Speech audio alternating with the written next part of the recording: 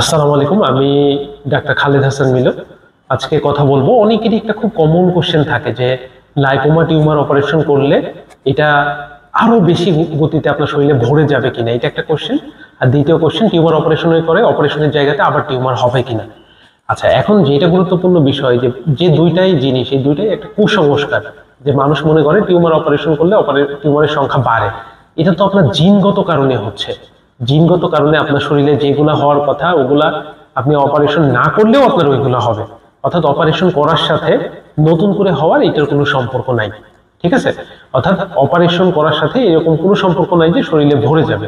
এটা একটা রোগ, অনেকের ব্যথা হয়, অনেকের দেখতে খারাপ লাগে, তো যেগুলো সমস্যা করে ওইগুলা পুরো পৃথিবীতে রিকগনাইজড একমাত্র চিকিৎসা হচ্ছে অপারেশন।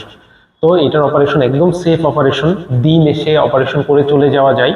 এবং লাইপোমা গুলা অনেক রকম লাইপোমা আছে, হ্যাঁ, ট্রু লাইপোমা, সিউডো লাইপোমা, এছাড়া angio lipoma, fibro lipoma, neuro lipoma. তো মোস্ট অফ দ্য লাইপোমার যেটা থাকে, যে একটা ক্যাপসুল থাকে, ওটাকে আমরা বলি কভারিং।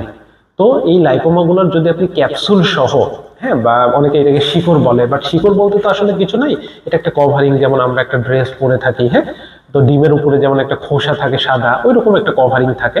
এই কভারিংটা সহ অর্থাৎ ক্যাপসুল সহ আপনার টিউমারটাকে রিমুভ করতে হবে। ক্যাপসুল সহ টিউমারটা রিমুভ করলে আপনার যেটা হবে, এটা একদম কমপ্লিটলি ভালো হয়ে যাবে। আমরা রেগুলার বেসিসে করতেছি আলহামদুলিল্লাহ, এবং আলহামদুলিল্লাহ আমাদের পেশেন্টের রিকারেন্স রেট ওই রকম নেই বলতে গেলেই চলে।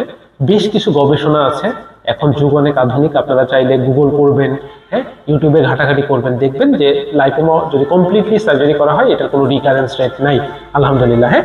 এবং ক্যাপসুল সহ রিমুভ করতে হবে, এটা গুরুত্বপূর্ণ বিষয়।